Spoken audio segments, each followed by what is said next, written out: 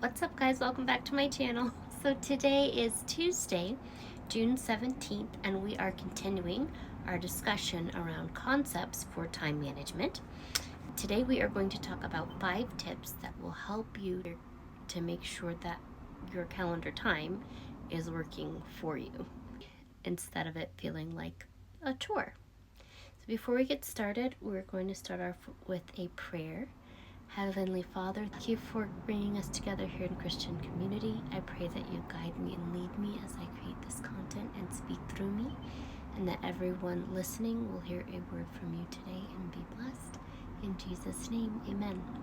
So the verse for today comes from Proverbs chapter 14, verse 23, and it reads, "All hard work brings a profit, but mere talk leads only to poverty." So if we want to make sure that we are doing the things that we need to do in order to accomplish our goals, in order to walk in our purpose, we're going to need to be organized. We're going to need to have a plan. We're going to want to be strategic. And part of that includes time management. Part of that includes task management and being able to properly and effectively manage our calendars. So with that, today we are going to talk about 5 ways to help you make sure your calendar is working for you. So let's get started. Tip number 1, tool number 1 to effective calendar management is a timer.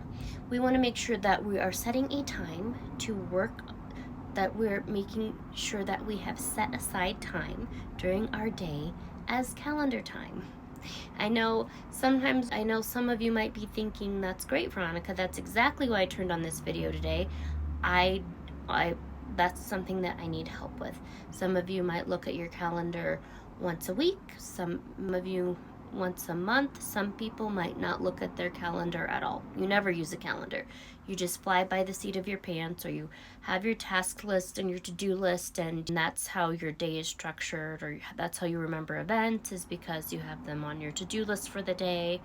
Or I've also spoken with people who don't have a calendar or a to-do list. They try to keep everything in their head. And the problem with that is if you're feeling like you're overwhelmed, I've listened to other content creators and I constantly hear the concept reiterated that your mind is not meant to store information. It's meant to be creative.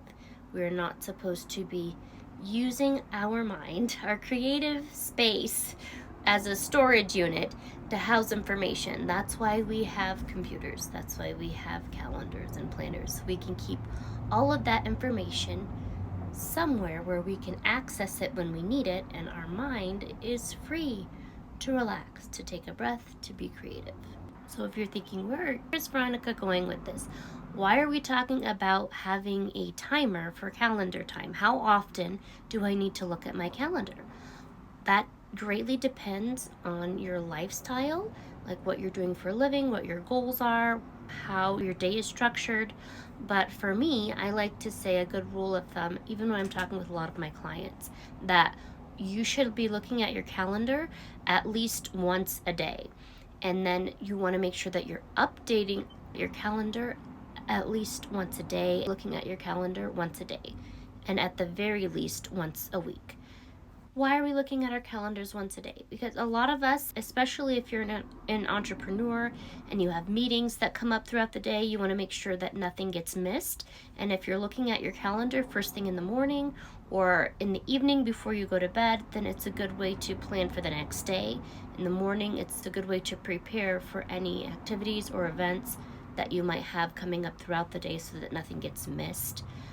We're also looking at our calendar once a week because as we look at scheduling and preparing for the upcoming week, we want to make sure that we are being deliberate about how we're using our time and make sure that we are being efficient and not wasteful. So as you're looking at your schedule for the upcoming week and you find, oh, okay, well, my kiddos need to be picked up at this time, and then I have an appointment here at this time. It kind of looks like I might run into a wall where I don't have enough time to do everything that I wanted to do within this time frame. And by looking at that ahead of time, that maybe you've overbooked yourself or you haven't allocated enough time for rest, or something has come up last minute and you need to make an adjustment, by looking at your calendar once a week, you are better equipped to make those adjustments ahead of time instead of rushing to figure out how to solve a problem last minute. When we're making these adjustments on our calendar, we're not using an infinite amount of time to do that. That's why we want to start with a timer. So I like to have timers that I use on my desktop computer. I have a timer that I use on my phone. I also have a handheld timer. I don't have it with me right now, but maybe I can put a picture up here for you guys. This is the timer that I use. I got it off of Amazon. It's fabulous. But we want to make sure that even when we're doing our calendar time, sometimes if we're implementing a new habit or a new routine, it can be easy to lose ourselves in that activity because it's not something that we're used to. You might not know how to start in the beginning. So instead of feeling overwhelmed because you're not sure how long this activity is going to take, that can lead to inaction because we're not sure what a new activity or routine or habit is going to look like. We never start. Well, I'm going to tell you right now, I like to spend 5 minutes a day. Sometimes we might spend more, but at bare minimum, 5 minutes a day looking at my calendar. So even if you're thinking about maintenance or you're just taking 5 minutes to glance at, okay, what do I have on my docket for today? That is either a call to action, maybe errands that I need to run, maybe that's an event, a birthday where I need to call someone, or my daily tasks are not in my calendar, but any events or birthdays are always in my calendar. A phone call that I might need to make that week, a card or a gift that needs to be sent, those are things that are going to be in my calendar, or appointments that I have with clients. Those are things that are going to be in my calendar that I don't want to miss, that have a date and a time attached to them. If it has a date and a time attached to it, it's not something that I do regularly, then it needs to be in the calendar. And the second that you know you have a new event coming up, or you have a birthday that you're going to need to remember, to go ahead and throw that in your calendar, and you've already blocked off time to do that, and you've set your timer so that you're making sure you're not stealing time from something else in order to have an extended calendar time. We are being intentional with our time, we are not wasting it, and we are not rewarding ourselves for mismanaging our time by allowing ourselves to borrow time from an activity where that time should be allocated somewhere else. That brings us to tip or tool number 2 for using our calendar effectively. Tip number 2 for making your calendar work for you is to set up alerts and reminders. We talked about having birthdays in your calendar. Often if someone's birthday is on, let's say, the 5th of the month, it's on the 5th of July, you don't want to wait until the 5th of July to get that person their birthday present. If you want it to get there on time, you probably need to set an alert a week or 2 weeks early so you can make sure that the gift gets there on time. Or if you're going to go out to lunch with that person for their birthday, just set yourself an alert or a reminder in your calendar so you can go ahead and book the reservations. Yay! That brings us to tool number 3, or tip number 3. Tip number 3 is calendar syncing. Some of us, I know at the beginning of this video, we talked about how some people look at their calendars once a day, some people look at it once a week, some people don't ever look at their calendars. And sometimes that's because we don't have a calendar system set up in place, we don't have a calendar, and sometimes that's because we have too many calendars.